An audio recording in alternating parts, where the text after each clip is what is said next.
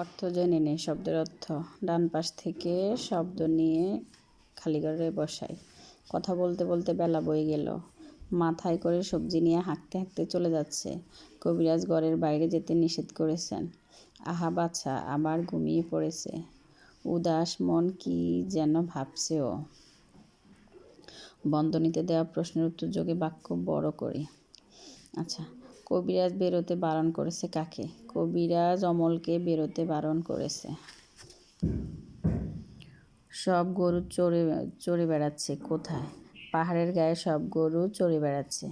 এইখানে এই প্রশ্ন ব্র্যাকেটে প্রশ্ন দেওয়া আছে। এই প্রশ্নের আলোকে উত্তর দিতে হবে। তুমি পণ্ডিত হয়ে উঠবে কিভাবে? অনেক বই পড়ে তুমি পণ্ডিত হয়ে উঠবে। তুমি দই খাও কতটুকু? তুমি একবার দই খাও।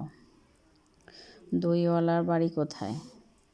পাঁচমুড়া পাহাড়ের তলায়, শ্যামলী নদীর ধারে, গয়লাপাড়ায়।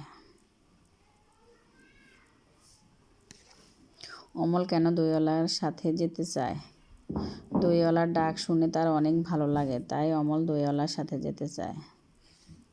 অমল কেন দইওয়ালার সাথে যেতে পারছে না? অমলকে কবিরাজ বাইরে যেতে বারণ করেছে, তাই সে যেতে পারছে না। অমল কিভাবে দইওয়ালার গ্রাম সম্পর্কে জানে?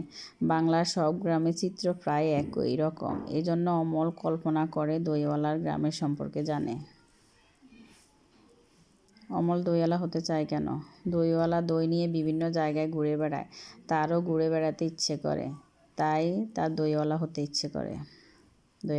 চায়। অমলের সাথে কথা বলে দইওয়ালা কিভাবে দই বেচার সুখ খুঁজে পেল? অমলের মুখে দই বেচা নিয়ে ভালো ভালো এ কথাগুলো শুনে দইওয়ালা দই বেচার সুখ খুঁজে পেল। বিরামচিহ্ন বসিয়ে লিখি।